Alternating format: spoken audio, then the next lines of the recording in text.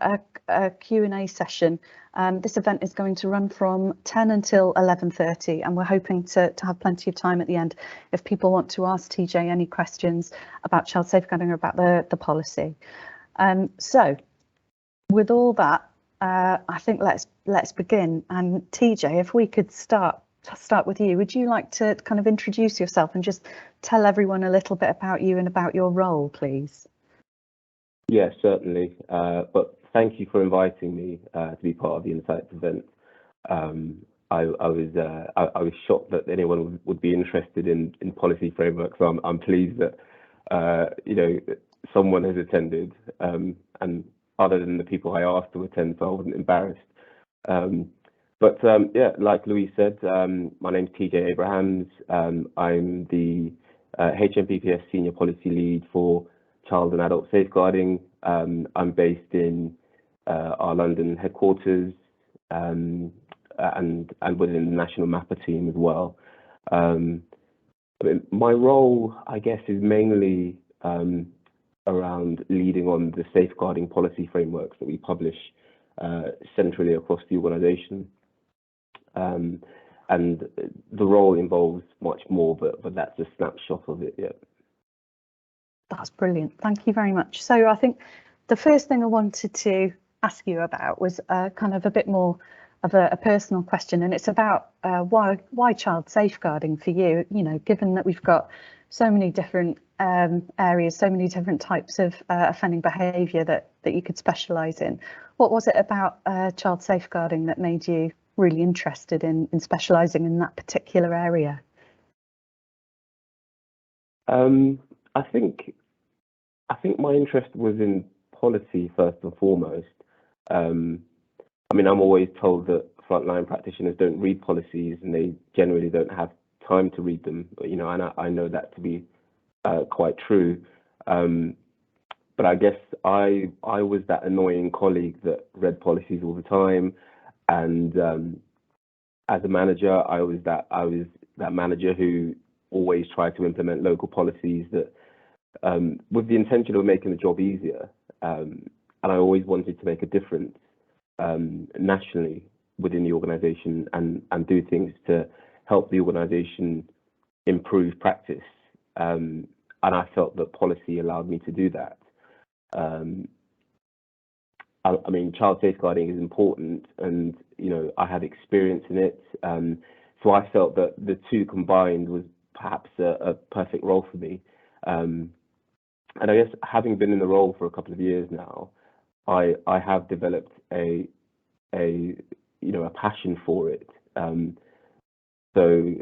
Yeah, I mean that's it. It probably didn't start off as me wanting to specialise in child safeguarding, but I sort of through my passion for my interest in policy, it's kind of led me to this place. So it was that kind of drive for policy that first led you into it, and child safeguarding was the kind of secondary consideration. Yeah, that sounds bad because children always have to be, from a safeguarding perspective, the first consideration. But in terms of my personal role, yeah, I think I was actively looking for a policy role, and the child safeguarding bit just fit nicely.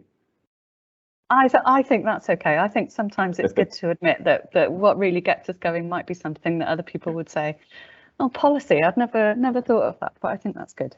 Yeah. So what about kind of you've got a practice background then? Tell us a bit about that, because I think child safeguarding is one of those areas that can be incredibly impactful for staff to deal with. I know, for me, I can remember some harrowing times where children were at risk. As a practitioner yourself, tell me about any kind of child safeguarding cases that you still think about from when you were operational and how that's affected you.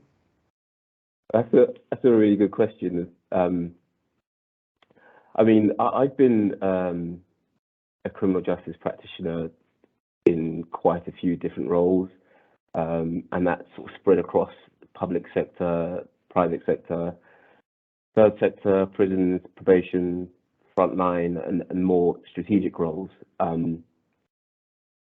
from all my experience, the most impactful cases and the cases that have stuck with me the most in my mind are from operational frontline casework as a probation officer. And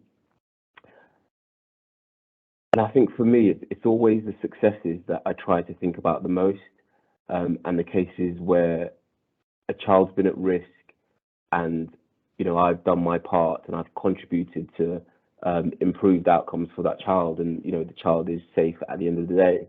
And when that happens, it reminds me of why I started working in public protection and in criminal justice in the first place, and it makes the role more enjoyable. Also, those cases where it's been challenging, you know, but I've worked collaboratively with local agencies to you know, expedite a risk management plan. And when that used to happen, I'd always drive home with a huge smile on my face. But for all the times that things go wrong and a child is harmed, those cases stick with me too. And I think it's important for our organisation to learn and reflect on how we might improve in those cases. But in equal measure, I think we should also learn and reflect from when things go well. And unfortunately, I think we do. I don't think we do enough of the reflection when things go well, and you know, when things go badly, we tend to want to learn from them, you know, and from those situations. And I think when that happens, our experience of safeguarding work then becomes clouded with doubt and anxiety, and, you know, when in actual fact we have far more successes and far more successful child safeguarding outcomes than we do failures. I probably won't go into detail about the cases, but I certainly do think about them all the time. And you know, there are cases where, you know, my colleagues are, you know, these cases might be lifers and they're still in the community and they're still being supervised, you know, by colleagues I used to line manage, and I might just, you know, give them a call and say, hey, how's such and such, and we get mixed responses. Sometimes, you know, things are great, and sometimes things are not so good. It's interesting, isn't it, that I think we really underestimate how rewarding it is when you go home at the end of the day and you think, yeah, I've safeguarded that child there, I've done a good job there. I think it's difficult to explain to people outside of the sector, isn't it, how much of an impact that has when you know, when you can go home thinking, yeah, I've definitely safeguarded someone. Yeah. And I think I agree with you about that kind of that day-to-day reward of that kind of multi-agency working, which is something that's inevitable in child safeguarding work. And that, I think that for me was really great as well. So it's good to hear you share that. I think just kind of, you know, interacting with colleagues from different agencies, constantly learning from them, seeing, you know, different approaches, and being part of a team rather than it all just being, you know, sometimes I felt like it was just me carrying it, and then all of a sudden I had this big team around me. Yeah, for sure. Yeah, I agree. And it's interesting you say about us not, you know, needing to improve the way that we celebrate our successes as well. I know, you know, you can work day in, day out, and it's sometimes the things that you don't do as well that get picked up on rather than all the time, you know, 9 times out of 10, all the things that that do impact on your role. Yeah. So it's really encouraging to hear that someone in policy is still thinking about the cases that they worked with when they were a practitioner as well. And I think so many of us would share that, you know, certain cases that you're always going to remember, aren't you? Yeah, for sure. Yeah, and the good and the bad, you know, I do remember, but I think for me personally, I try to focus on the successes and the positive practice a bit more, because the job's difficult enough, you know, and we have to look after ourselves. and you know, we want to come to work and enjoy our work and not be overwhelmed by it. Yeah, I think it's Mental Health Awareness Week this week as well, so that's an interesting point that you pick up. I know for me, you know, definitely child safeguarding was something that because it's so emotive, you know, it can often be a frightening position to be in when you're dealing with really serious cases. Yeah. Someone asks, how do you think being a parent impacts on your role? So whoever asked that question must know that I'm a parent. So I think might have a pal. You know, when I first started working in criminal justice, my role was more around supporting young offenders or young people. We used to call them young offenders back then, and it was about ensuring that they have education, training, and employment, almost resettlement work for when they were released. But this role was in Feltham YOI, and I'd never really worked with risky individuals at that time. It was usually sort of low level, acquisitive offences. That must have been so interesting. What an interesting place to work. Yeah, and I was, you know, I think I was 25, and I think Feltham, the higher end, I think it can go up to 21. So I was close in age with a lot of the young people there, and I think from working there, I was exposed to risk and to and the need for public protection. So my views slightly changed from, this is a place that we need to, get you out from. All of you, none of you should be here.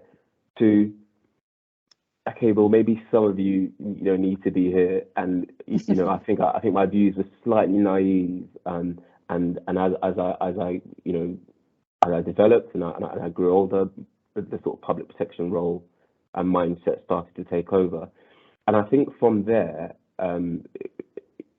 because I was a parent at that time, my mindset sort of shifted to, oh my gosh, I need to protect my children, and I need to make sure that, I keep them safe from all these hidden, dangers, and I don't want my children to end up in those places. And then when I joined probation and I started to really, work with individuals and understand their motives, and I qualified as a probation officer, so I gained the sort of academic insight into behaviours and how individuals change, especially probably sex offenders. It became more difficult for me to trust in ordinary situations, and even now, my children are, my eldest is 10. I don't let her walk to school on her own. We live very close to the school. I was walking to school from probably the age of 8, maybe even younger. And I'm that dad who will, my daughter will be 15, and I'm walking her to school. And I think part of that is the impact that the role has had on me in terms of maybe being a bit cynical sometimes and maybe being risk averse. And I've tried to address that so many times, but it's difficult to do that when you know the realities of the worst things in the world. And I think naturally, as a parent, you'd want to protect your children from it. Yeah, it's a very strange perspective to have as a parent, isn't it? So so few parents will have had that perspective, and I think so many practitioners will be able to identify with some of the things you've talked about there, definitely. So we know that child safeguarding is one of those things that kind of jumps to the top of any practitioner's to-do list. If you're a really stretch practitioner, you've got 10 things to do and you can only do one. Often it's a child safeguarding task that will get bumped to the very top of that list. But it's often an area that we really worry about getting right, and there's a lot of pressure to get it right. What as a service, so kind of moving away from the personal now, what as a service do you think we're doing really well in child safeguarding? You spoke about kind of focusing on the success stories. What are some of the things that are our success stories? Do you know, and I'm really glad you've asked me a positive question like that, because you know that's how we need to continue to engage in this narrative of the work that we do. You know, as an organisation, we face a huge challenge when it comes to child safeguarding. Outside of the youth custody service, we are predominantly an adult service, and and we have limited direct contact with the children we're trying to keep safe. So it's opposite to social workers, for example, or teachers. We don't have eyes on the children who we know are at risk, and that's a challenging position to start from, and I think we have to recognise that. But at the same time, being primarily an adult service doesn't prevent us from making a difference in children's lives, and I think we must accept that. We have contact with the parents and the carers of at-risk children through prisons, courts, and those serving sentences in the community, and we are positioned in a unique way to identify those who present a risk of harm to children and take action to keep them safe. And that's what I think we do well. That's one of the things I think we do well. And through the work that we do, we keep thousands of children safe every single day, and we do it silently. That's so true. Yeah, and I don't want to sound aggrieved because I'm not, But what I mean by that is, I mean, for example, our staff remained on the front line throughout the pandemic and the various lockdowns. Prisons remained operational, so too did probation officers, and in fact, very few people, members of the public, know what the probation service do. Yet we carry on and we protect the public from individuals who most ordinary people wouldn't speak to, wouldn't even be in a room with. And we manage these seriously dangerous individuals, and we're able to look beyond their crimes and treat them with respect and dignity, and build trust with them, and that contributes to how they see the world, and then that directly contributes to keeping children safe, and that's what I think we do well as well. And my parents are, they could never understand how I could sit in a room with someone who's committed the most unforgiving crimes against a child, or how I could ever work in a prison. They always joked that I must be harboring some unresolved childhood trauma, and which is ironic, I guess. But we do that work, and you guys do that work, and we keep the public safe, and we keep children safe because of our approach. And ultimately, what I used to say to my parents is that we can't lock people up forever. One day they will be released, and what person do you want roaming your streets? The person who's had the positive engagement, the sort of been well treated by the service, or do you want the person who's been abused and hasn't been given a chance to change? And we work with these individuals, and the way we treat them when they're released, the way we monitor them, the way we take action when things go wrong, all of those things contribute to the way we help to make the world safer for children, and that's what we do well. I think I mentioned 3 things there, but those are, those aren't, I haven't gone into detail, but those are sort of high level examples, I guess, of what we do well across HMPPS. It's interesting, isn't it? I think it's such a complex role that we've got. I think we forget sometimes that the complexity that's involved, the balancing act that's involved between a kind of risk and that public protection side and the rehabilitative side. And with child safeguarding, with it being such an emotive subject, I think we've all got a family member and a friend who's like that. And that point you make about it being kind of silent work that we do, I think it's not something we can go and chat to people about, is it? We can't go to the pub and say, oh, you never guess what I did today, So it is something that we kind of rely on each other for support with, definitely. Yeah. My son has bring your dad to school day, and or bring your mum to school day, and they can talk about what they do.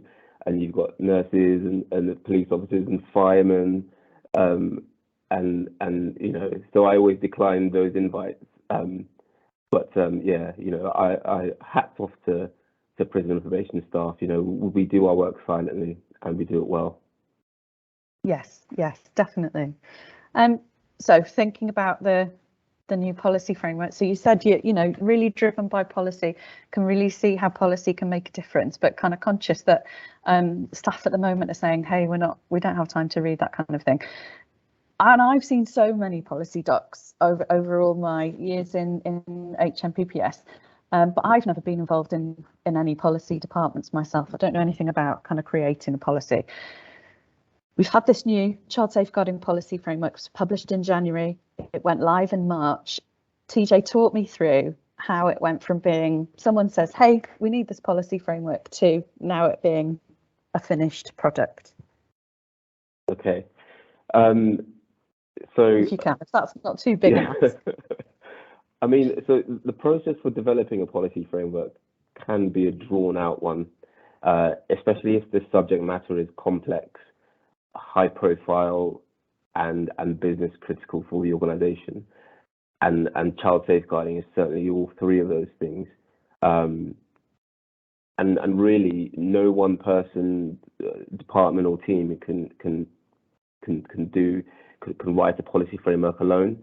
I mean, I might be the person that I might say, yes, I wrote it, but it's far more complex than that.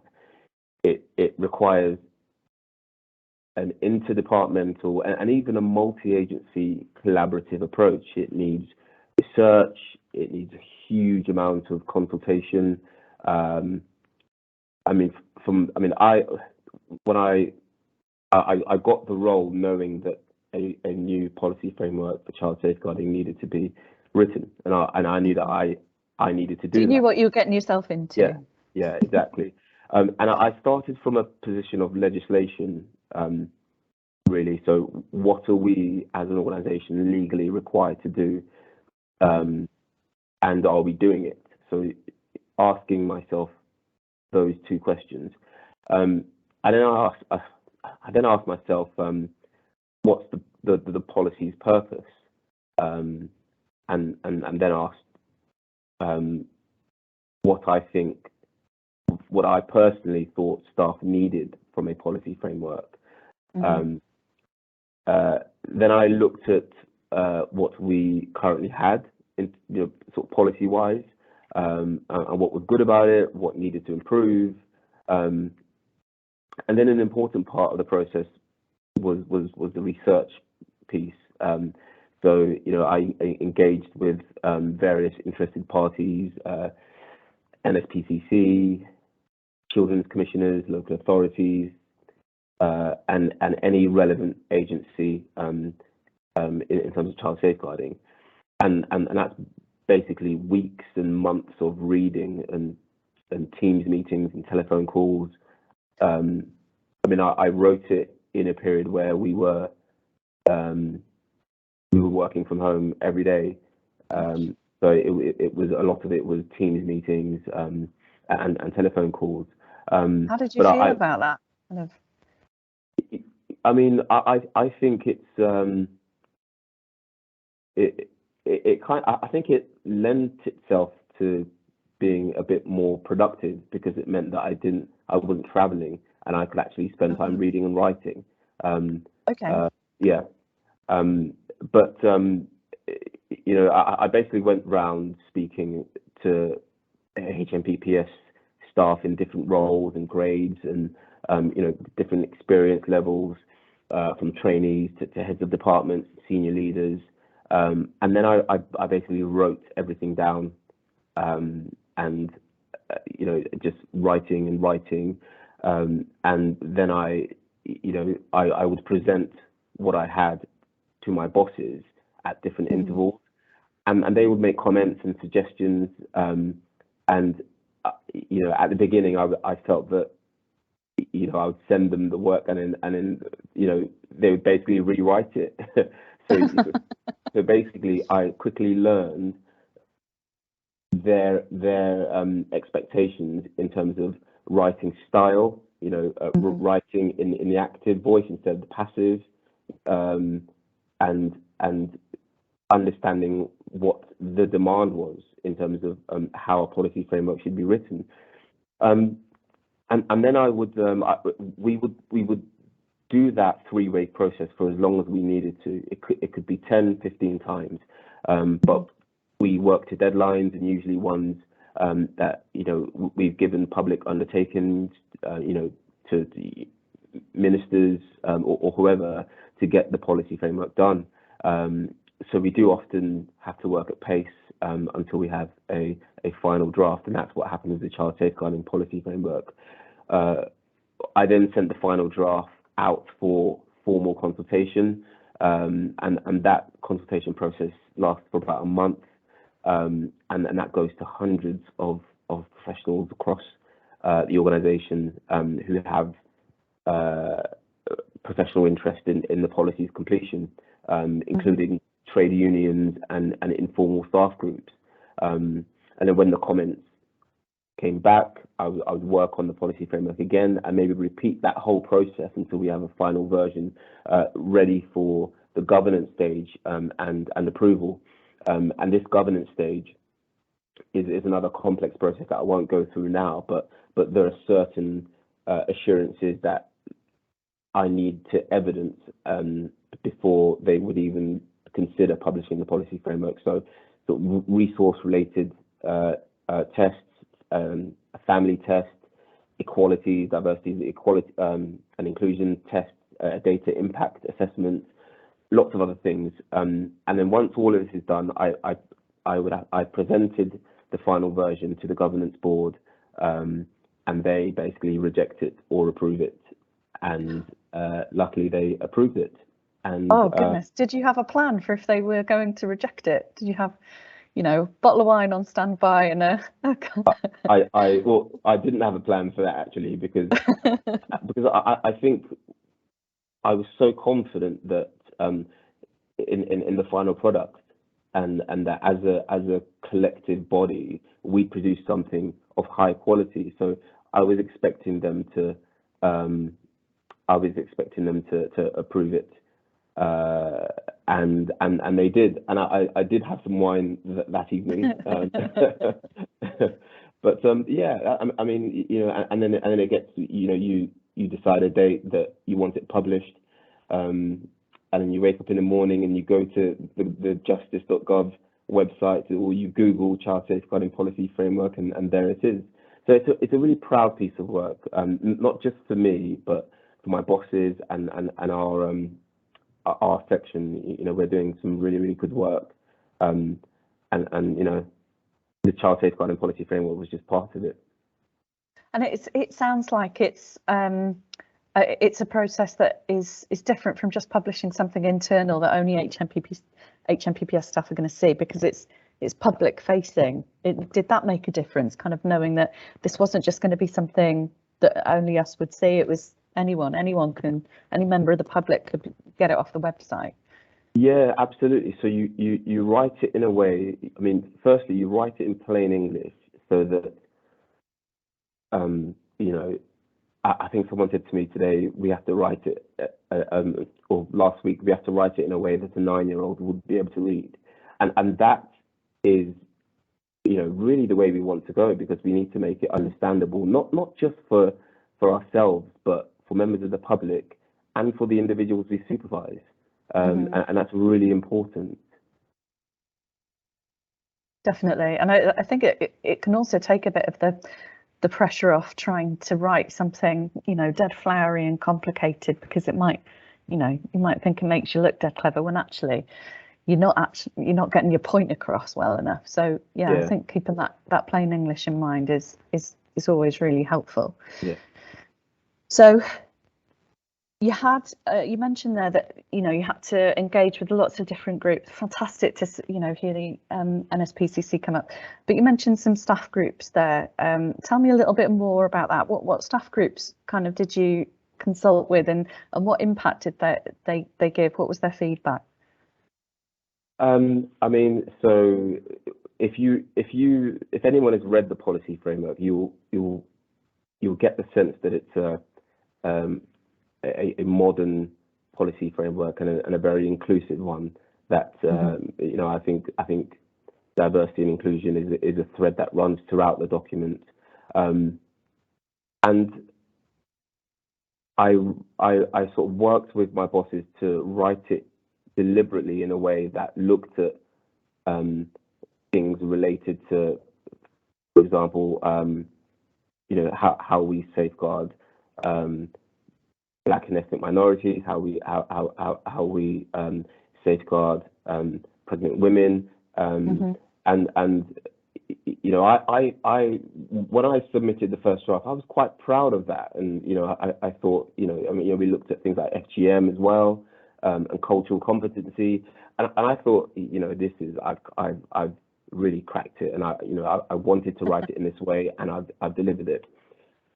And then I engaged with the various staff networks, so RISE and other networks relating to disabilities, and I realised that actually there's a lot more that we needed to work on and to consider from a child safeguarding perspective, and we really looked, we really challenged ourselves, and listened to those groups, and we looked at actually there's an entire issue around the child safeguarding needs of the LGBTQ plus children.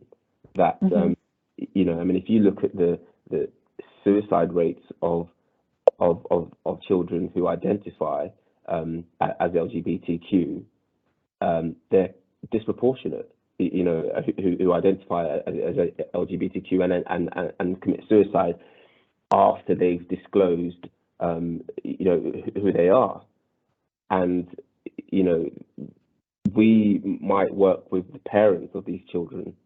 So you know, I think that that process of engaging with other networks who had stronger expertise than we did was really was a really powerful experience for us, and impacted the policy framework positively.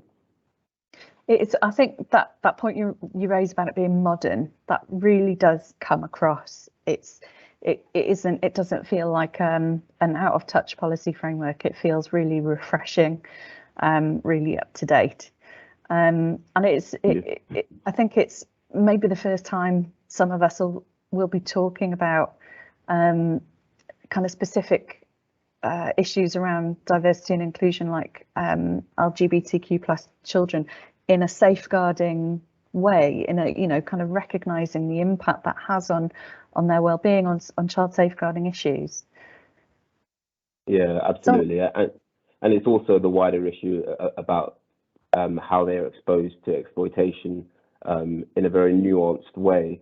And you know, if you're a practitioner and you're coming across this for the first time in your case, I would like practitioners to be able to know that actually, I think there's something about this in the policy framework, and then, you know, the sort of policy framework has links to other external and internal resources that you can then begin to improve your knowledge and learn. I mean, we're a learning organisation, and I think I hope that's reflected in the policy framework. We can always learn more about child safeguarding. And I really like the fact that there's kind of like links to other places you can go for more information. I particularly like the resource that's signposted from Hull. I thought that was fantastic. Yeah. Someone asks, were there any other issues identified in the equality assessment? You mentioned LGBTQ issues. Any others? Yeah. Yes, there were. I remember there were some language issues that I hadn't considered, and the impact, how you've written it, what it actually comes across as, and I think there was a particular issue about. I think I'd written some lines about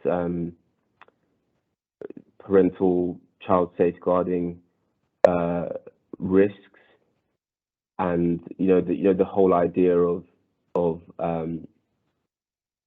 of cumulative parental risk factors, the old term toxic trio. I mean, we didn't use that term in the document, but I think I said something like that made it sound like I was saying parents who have disabilities might need to have extra attention, in terms of a child safeguarding perspective, and the risks that their children might be exposed to. And so it came across that way, but I didn't understand that it came across that way until we went through that equality process.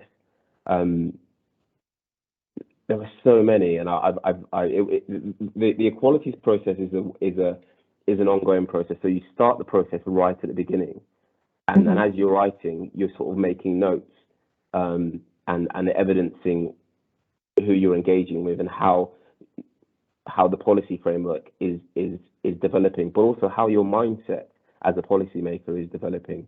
So I mean, that's just again a snapshot of one of the positive things about the policy, and also I think there was another consideration. It was around accessibility that I hadn't thought of, and it was also the fact that we needed to ensure that the policy framework was available in the Welsh language, and I didn't have any involvement in that, so I actually haven't seen a Welsh version. So I'm hoping one is available, but that certainly came out in the policy framework.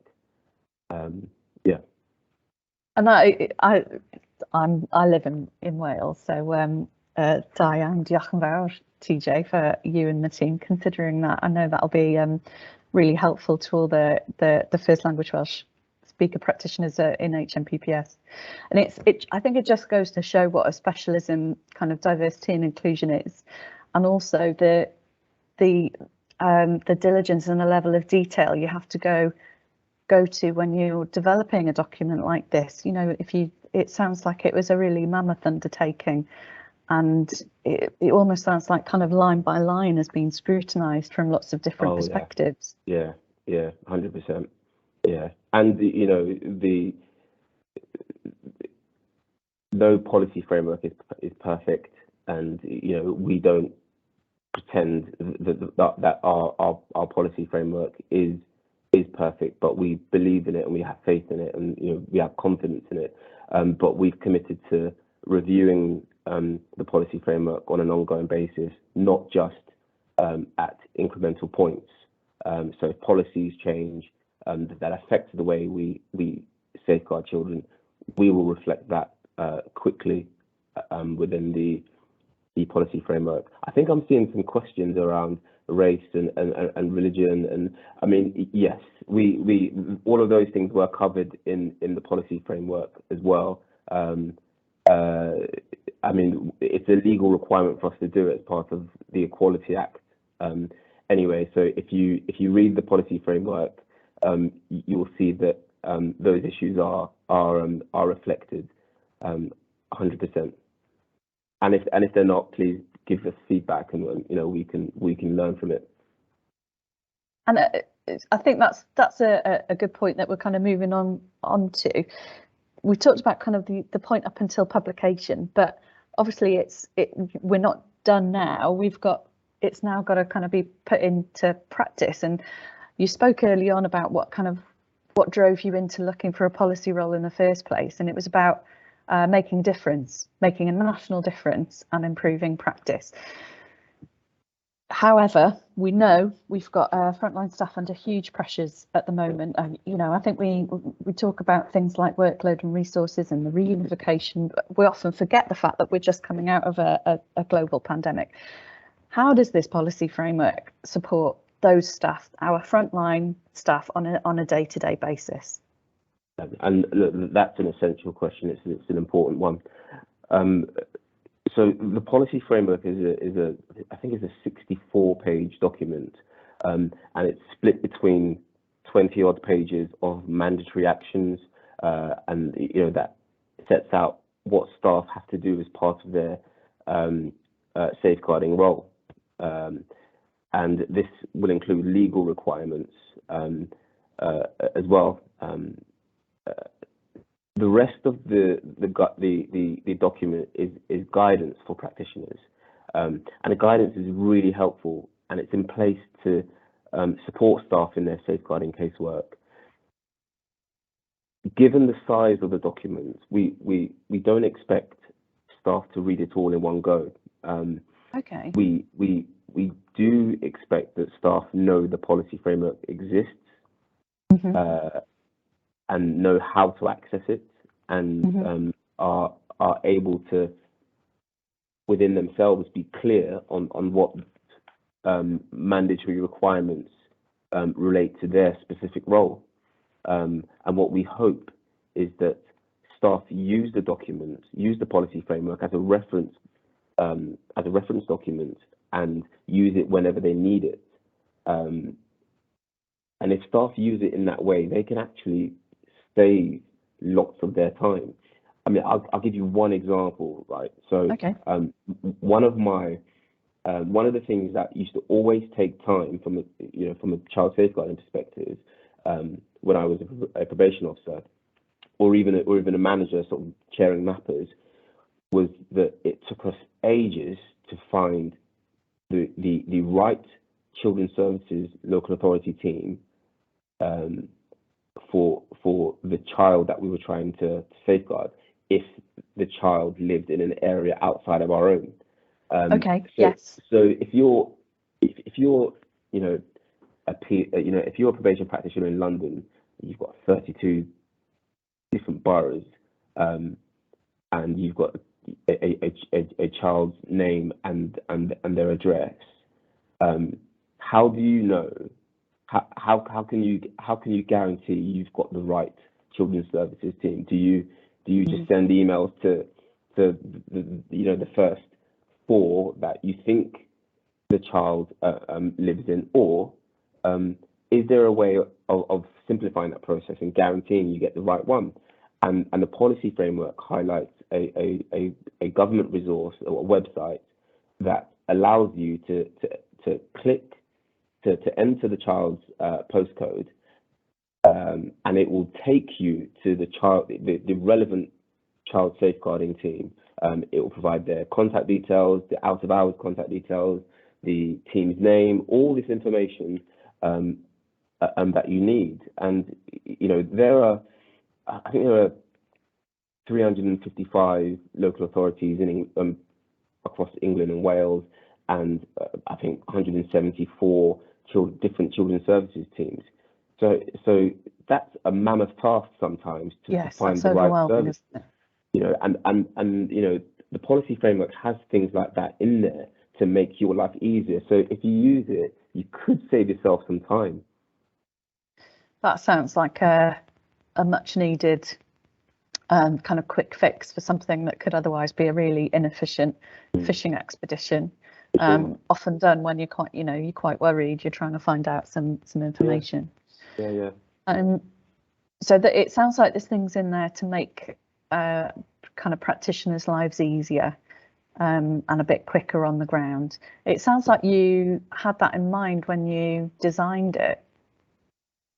Yeah, so a lot of the flexibility of the role allows me to use my own personal experiences to influence the policy framework. That doesn't mean that I basically write whatever I like, because there's such a huge consultation process that things will be picked out. So what's in the policy framework has been agreed by hundreds and hundreds of people, and people are generally happy with it. But I think in any policy role or any role at any level, you should be able to put your personal touch on things. And things like cultural competency was a personal touch of mine. I did some research for the Police and Crime Commissioner's office where I live in Hampshire. I was seconded to them for a period of time, and they asked me to do some research on disproportionality and outcomes for children in Hampshire, and things like stop and search, use of aggression, by the police. It was a multi-agency thing as well, so it also included suspension rates in schools. It included some healthcare stuff, and across the criminal justice board, it included decisions made by the CPS. And so I did this piece of work, and one of the findings was that across criminal justice agencies, we need to really think about cultural competency, especially when we're working in areas where there might not be a predominant or a diverse community. We need to ensure that we are treating people in especially from a safeguarding context, regardless of whether they've offended or not. All people need to be safeguarding, and when it comes to children, if there is evidence of disproportionality in safeguarding outcomes, then we should pay attention to that. And I think that's the message I was trying to get in the policy framework. So putting your personal beliefs in your work is important for me. And it sounds like you're saying there was a kind of mandatory actions bit, and then there's a guidance bit. Cultural competency, that's one of the sections in the guidance bit, isn't it? Yeah. It is, yeah. That's great. So if you want to know all the kind of must-dos, and then if you're a practitioner thinking, well, I've got a specific case on my hands and I'm not sure, what kind of things would be, what does good look like for this particular case? There's a section there that you can go to find out some kind of more specific safeguarding bits and bobs, some specific guidance. So TJ, I'm going to ask you one final thing before we move on to the Q&A, and it's just about those kind of big central headlines, those big messages. We've got a large complex staff group doing really serious work day in, day out. From an HQ point of view, from someone who's got that kind of oversight of everything that's going on, and with all the kind of learning that you've done in developing this framework, what are the kind of key messages you'd love people to take home? I mean, if listeners take anything away from what I've said, I guess it should be that HMPPS staff across prisons and probation do a fantastic job in safeguarding children, and we should be proud of our work. We should never feel that we aren't good enough. We should recognise the successes, learn from the failures, and come back better. We are a learning organisation, which means that we value feedback and we value the processes that are in place to help us improve our practice. But you know, if you look at the HMPPS business plan, it talks about developing a positive learning culture, or something across the lines of that. And I think we should embrace that and celebrate our successes, and you know, and be open to learning, you know, when we need to and when it's important to, and most importantly, be willing to take action to make things better. That's so important, isn't it? To have a culture where we can sit back and say, okay, these are all the things that we did really well. Let's make sure we're doing more of that. And these are the things that we need to learn from. And we're going to be, you know, we're robust enough as an organisation to be able to take that learning and develop. Yeah, and you know, going back to the question about how my work has impacted, you know, my sort of parenting. You know, we have various things in place for staff, you know, the employee assistance program and other things. And I, from my experience, I think these services are underused. You know, this is some traumatic stuff that we deal with, and we need to protect ourselves. And, you know, the person you are at work needs to be able to go home to your families and give them the best of you. And, you know, so make use of those services, you know, because they are fantastic, and they can really mitigate some of the trauma that invariably you're faced with at work in terms of child safeguarding. But that's my final message. Thank you so much, TJ, for talking to me about these things. Folks, I am going to open us up now to a Q&A.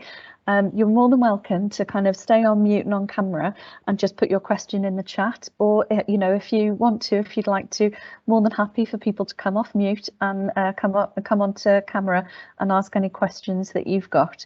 I'm going to start with the first one that's just come into the chat at the moment. I work on the Content Hub team, laptops in cells. I wondered if this policy framework would be of interest to the children in young offending institutions, as they all have access to the Content Hub to show transparency of safeguarding practice.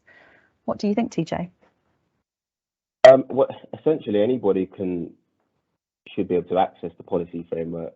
So are you talking about children in custody being able to access the policy framework? Yeah, possibly. Yeah. Yes, I think so. Yeah. Just I sometimes I have trouble with putting lots of information out there, because then the staff can sometimes be asked awkward questions, or I've read this in this framework and you're not doing this, or I don't know. I just didn't know whether there may have been discussion around where it can go, like, or where it can't go, or I'd love to put it up there, because I think that the more information children have about what services they should be getting, the better, in a way. It empowers them a little bit, possibly, but I just wanted to ask you to be sure, because I don't know about this area at all. Yeah, I mean, I agree they should be able to access it, but I can't answer that question in any great confidence, really. Yeah.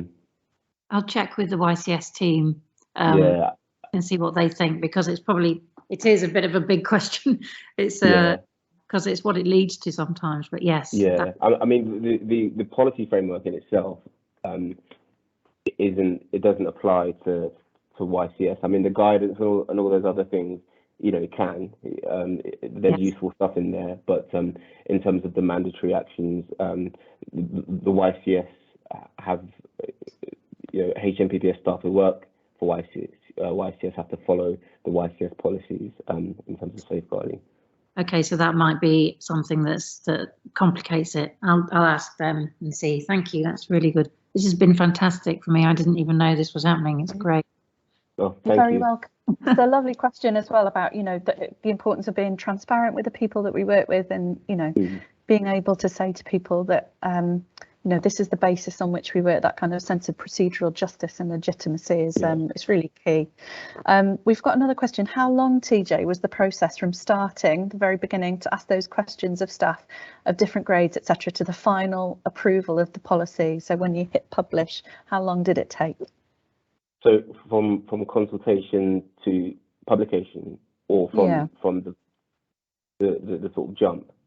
Well, I suppose both, really. Yeah. Okay. So I think from start to finish, it took about 18 months. Yeah, probably about 18 months. Okay. And we intended for it to be published a lot sooner, but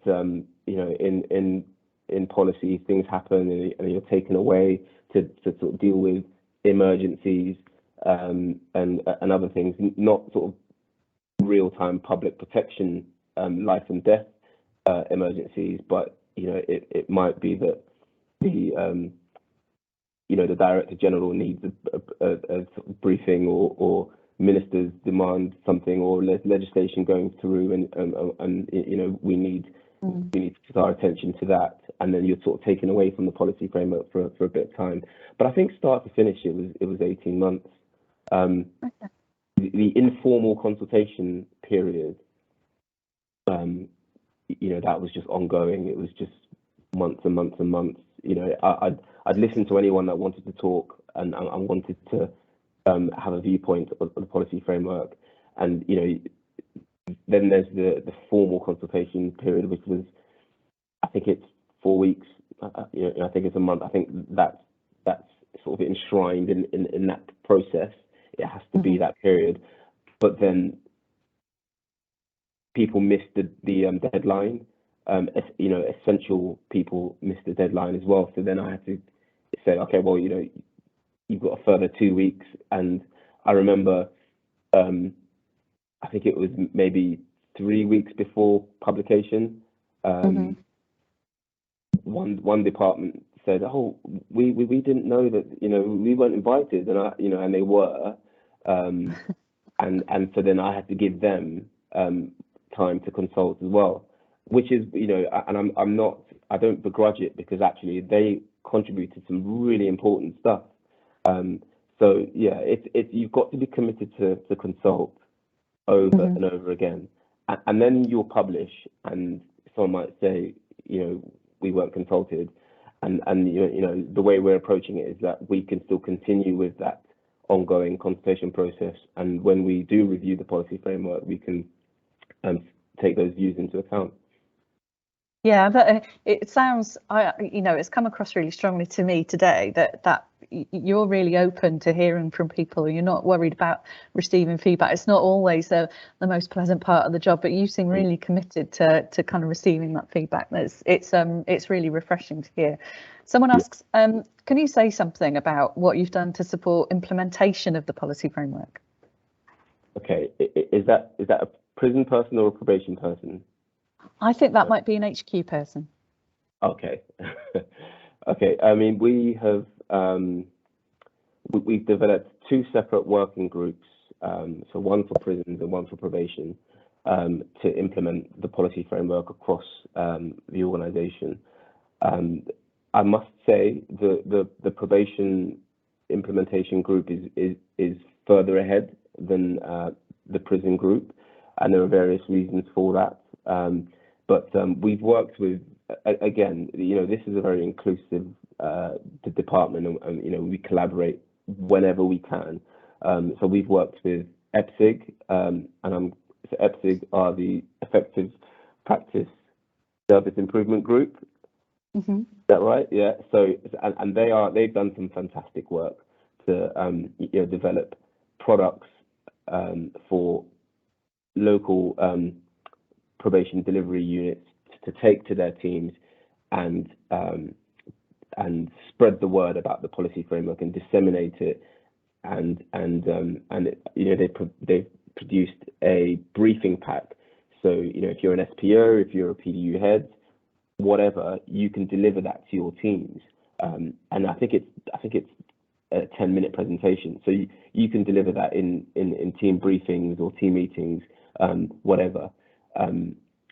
there is also a very useful video trailer. I think it's on sort of a private YouTube network. The link is available. I'm sure, Louise, you might share that link.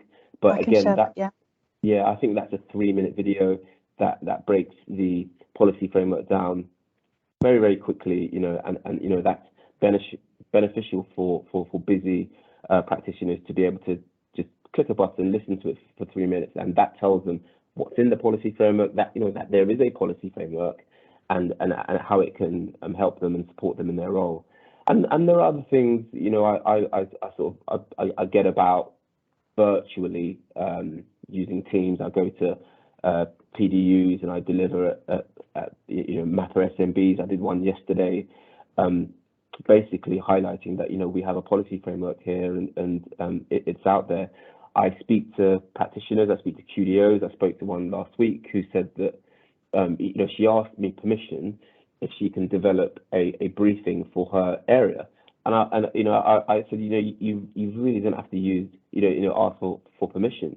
You know, you can do that. I really welcome that. You know, there's a lot of energy in the organisation to you know, to get the word out and promote the policy framework. Mm-hmm. In the prison space, that's, I mean, we're still committed to supporting prisons. We met with the implementation group last week, or maybe the week before, and we've got a strategy in place to expedite the implementation. But it's not going to be an overnight thing. It's a you know, it's a slow burn approach. There are some, you know, it's important that we are working together to implement the policy framework. But what I think is important to say is that most of the things within the policy framework are things that staff will already be doing. There are very few places where actually there's new sort of groundbreaking stuff. So, you know, senior leaders and managers and SPOs and staff don't need to panic and all of a sudden think that they've got all these different things to do in a short, you know, period of time. You know, the that'll be a relief, period, I think. Yeah, I hope so. You know, the implementation period, you know, is a sort of a long-term piece of work. So when we say implementation, what do frontline staff need to do so that they can kind of say, yeah, I think I've implemented it? Well, I think for frontline staff, you know, like I think I mentioned before, you know, there's within the briefing, there's some advice that, you know, I'm really supportive of. So we advise that instead of saving the document, the policy framework, onto your desktop, you know, which I used to do, you know, when I was a practitioner, I used to just save everything, download it, save everything. We're advising staff not to do that, because if you do that, you will only have the updated version for that period of time. So essentially, okay, that version is only up to date on the date that you downloaded and saved it. Because we're changing the policy framework, not massively, but there are tweaks that might need to be made. When policy legislation changes, we then need to change it. So the advice is save the link onto your shared, onto your desktops or onto your you know, the mailbox thing at the top, and you know, save it into your favorites. And so whenever you need it, it's just one button, and that uploads straight from the website. So you will always have the most up-to-date version, and read it whenever you need it, you know. So just kind of have it there as a reference document that you can go to kind of day in, day out and double check. Okay. Yeah, but so you should really know the mandatory stuff, which is the smallest part of the policy framework. Okay. And so someone asks, what's been the feedback on kind of the application and you know, any kind of consistent application of it so far? Any early indications? Yeah, I mean, they've all been positive, and you know, I guess I would say that, and I'm waiting. Well, most of it has been positive. There've been a few that have highlighted areas where actually we didn't think of, and you know, we are considering it in the reviews, but largely it's been overwhelmingly positive, and I'm waiting for someone to expose that actually the policy framework is just rubbish. And you know, I know it's not, but I'm just waiting for someone, you know, some clever person to tell us that all of this is rubbish. You know, but that's not going to happen because it's a really good document for us.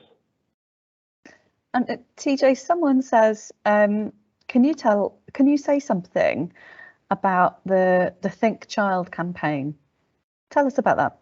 Yeah, I can't believe I haven't taken this opportunity to spread the word about the Think Child campaign. So the Think Child campaign is an initiative that I've had the pleasure of taking the lead on. It's a national initiative that we're trying to send a message out to staff that child safeguarding isn't just about safeguarding the children who are known to children's services and are on child protection plans. It's about the overall child experience and their well-being. Essentially, Think Child means, what must it be like for children to live with the individuals that we supervise? And let's get into the habit of thinking along those lines. So you know, the child might not be at risk, you know, in a sexual harm context or a you know, a context of violence or county lines or FGM, whatever. It might just be risks that are related to less obvious factors. You know, so for example, if a supervised individual has financial problems and they're a gambler, you know, and when you're doing your Oasis, and they, you know, they steal to fund their gambling habit, and your Oasis section, you know, the financial section, is highlighted as a problem area. Think about what that criminogenic area, the impact that area has on the child. So what must it be like for a child to live under these circumstances? You know, and there are lots of examples. It could spread across to drugs, alcohol, domestic abuse, but it's essentially the message, you know, let's start thinking about what it must be like for children to live with the or have contact with the individuals that we supervise. And so we have 4 live events that start from the 16th of May. So the campaign starts from Monday, the 16th to the 27th. So it's only 2 weeks. The events that we have are an hour and a half maximum, and they will really encourage you to think child in that way. And what's unique about the campaign is that it's an opportunity to listen to children. There are some really impactful events as part of the live events and also as part of the pre-recorded material that we have. And you'll find all of that information on the intranet. I wonder, Louisa, are you able to share a link potentially so staff can access that? Yes, so internal HMPPS staff will be able to access that. I posted the link in the chat. Yeah. So there's an event on what it must be like for children to live in a home where there's domestic abuse. There's an event on contextual safeguarding. There's an event on listening to children who have a parent on probation and a parent in prison. And what it's like for them. That you know is fantastic, and you know, bring some tissues with you to hold your tears. You know, if you listen to that. And then there's another event where you get the opportunity to listen to an adult who had a parent in prison. In fact, he had both parents in prison when he was a child, and he talks about the impact that it's had on him. So yeah, if you can press the link and it'll take you to the intranet and sign up to them, we'd be grateful for that, and you won't regret it. There are good events. No, it's the best bit of the job for me is, you know, when you get the opportunity to listen to someone, to try and understand them, understand their experience, develop that empathy with what they've gone through. it's something that's kind of difficult to quantify, to explain to people why that is such a rewarding aspect of the job.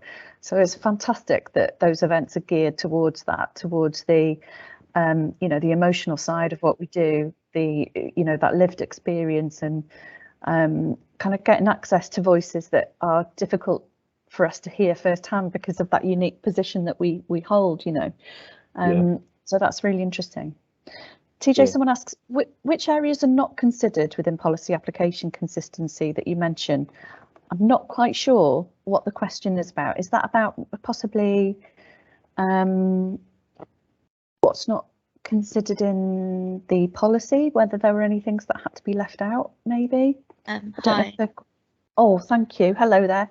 Hello. Yeah, I just Dale mentioned, TJ mentioned about that there was some successes, mainly successful, but there were some areas that hadn't been considered and mentioned, and there wasn't any elaboration on that. I was just curious to know what they were. Areas for improvement. Sorry, could you just repeat that? Sorry. So the question was about policy application consistency of this framework, and you said that there'd been a lot of successes around it, but you've got some feedback, but there were some areas where there was more work that could be done to improve on that. I was just curious to know what that was. Understand. Yeah, so I think before I answer the question, I think it's important that there are limitations with policy frameworks. Policy frameworks cannot cover everything safeguarding. It's impossible.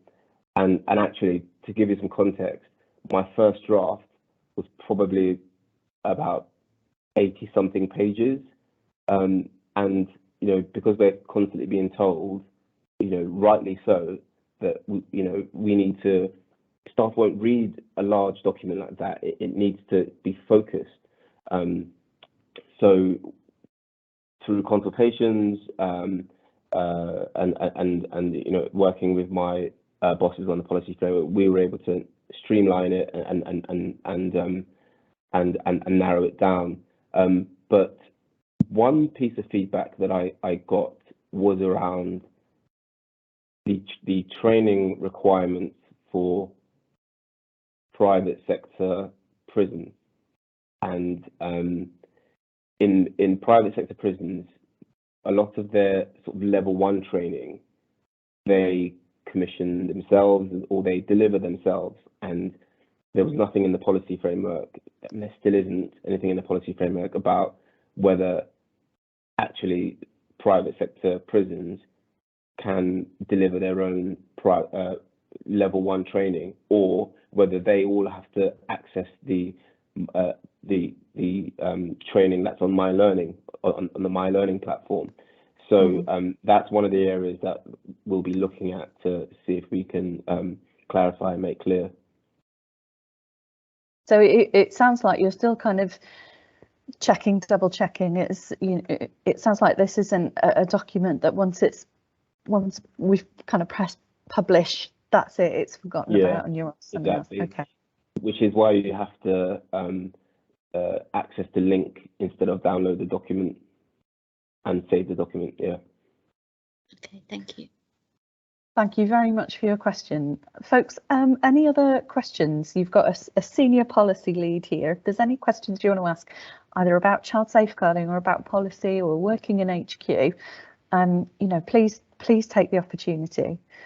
I think for me, one of my questions, TJ, was what was the hardest part of developing this policy framework, and what was the most rewarding part?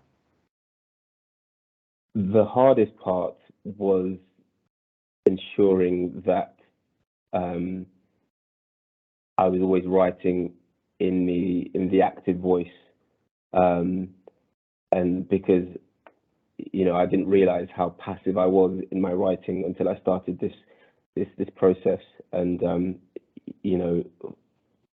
there is a time and place for the passive voice, but I think in policy framework, writing in the active voice is appropriate.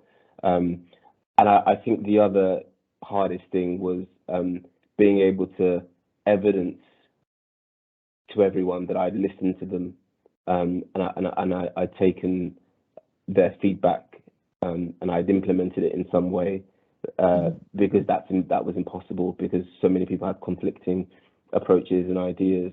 Yeah, you're never going to be able to please exactly. everyone. Yeah. That must have been hard to have to turn around to some people and say, hey, we didn't get what you wanted, I'm afraid. What was the most rewarding part of doing it? I think for me personally, it was after the policy framework was published, getting feedback. You know, I think someone emailed me and they said something along the lines of, "At last, this is finally what we've been screaming for," or something like that, in a really sort of positive way. And you know, so I'm a probation practitioner.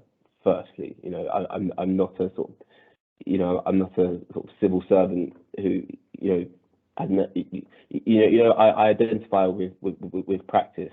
Well, and we've got some really amazing people within the team who are civil servants, and they bring a sort of a unique approach and a unique ideas into the role. But I think when I was writing the policy framework, I was writing it as a probation practitioner, not a civil servant. I think it's rewarding that people felt that, and then that came across, you know, within the policy framework. So I wrote it knowing what's going on and how staff feel. Not that civil servants can't do that, but I think, you know, if you do have that approach from a probation person, it can ensure that those views and probation staff are listened to. Yeah, that must have been a lovely email to receive. In the chat, someone asks, how long does it take to formulate from start to finish? I think is 18 months. Is that right? That's how long it took. Yeah, that's how long it took. But in general, policy frameworks can take you know, less than that. But I think, you know, with the pandemic and a whole bunch of things, it meant that it was about 18 months. Yeah. And we've got hands up from Laura, who'd like to ask a question. Thank you, Laura. What's your question for TJ? Hi. It's a really interesting discussion. I joined probation service last year from the Safeguarding Children's Partnership, so I can relate to a lot of those challenges you were talking about, being about probation service being very adult focused, which is why, you know, really pleased to see that Think Child campaign. My question was really about, obviously safeguarding work is very much about, you know, the immediate risk, isn't it? It's about meeting statutory responsibilities and everything. But I just wondered whether you had any thoughts about sort of framing it in that longer term view, that in safeguarding children and young people in the work that probation service does, you know, it's helping to prevent them or reducing their sort of impact of experiencing things that might lead to trauma, which may in turn lead to them entering the criminal justice system as older teenagers or adults, and just sort of taking that longer term view of safeguarding. Yeah, I mean,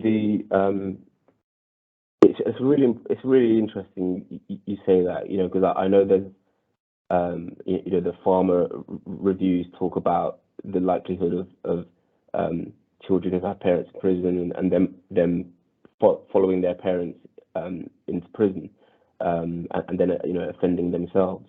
I think that the Think Child campaign provides materials where it will enlighten staff about that issue, and will remind staff that, you know, that there is such a thing as impact of parental imprisonment, and you know, it is considered as an adverse childhood experience that can affect their life outcomes. However, the Prison Reform Trust and, you know, the people that will be delivering on next week, or I think maybe the week after, will produce compelling evidence that, you know, against the idea that actually, if you have parents in prison, you're more likely to follow them into prison, and you know, it's the narrative that there is hope for these children, and we shouldn't put them into this bracket that condemns them to offending. And I think one of the children sort of articulates that really, really well. But look, the campaign and the policy framework, the things that we're doing now, you know, there are even, you know, pieces of work that we're doing about updating the risk of serious harm section in OASIS. All of those things are encouraging practitioners to think more about the long-term well-being of children, as opposed to the immediacy of that sort of child protection lens.